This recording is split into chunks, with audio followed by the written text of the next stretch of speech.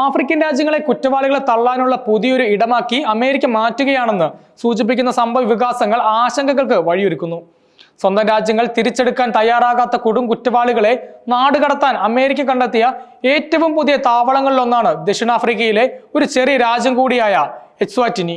ദക്ഷിണാഫ്രിക്കയിലെ രാജഭരണം നിലനിൽക്കുന്ന ഏക രാജ്യമായ എസ്വാനിയിലും അവിടുത്തെ തിങ്ങി നിറഞ്ഞ ജയിലുകളും ഇപ്പോൾ ലോകം മുഴുവൻ ചർച്ചയായിക്കൊണ്ടിരിക്കുന്ന അമേരിക്കൻ നാടുകടത്തൽ പരമ്പരകളുടെ ഇരകളാണ്.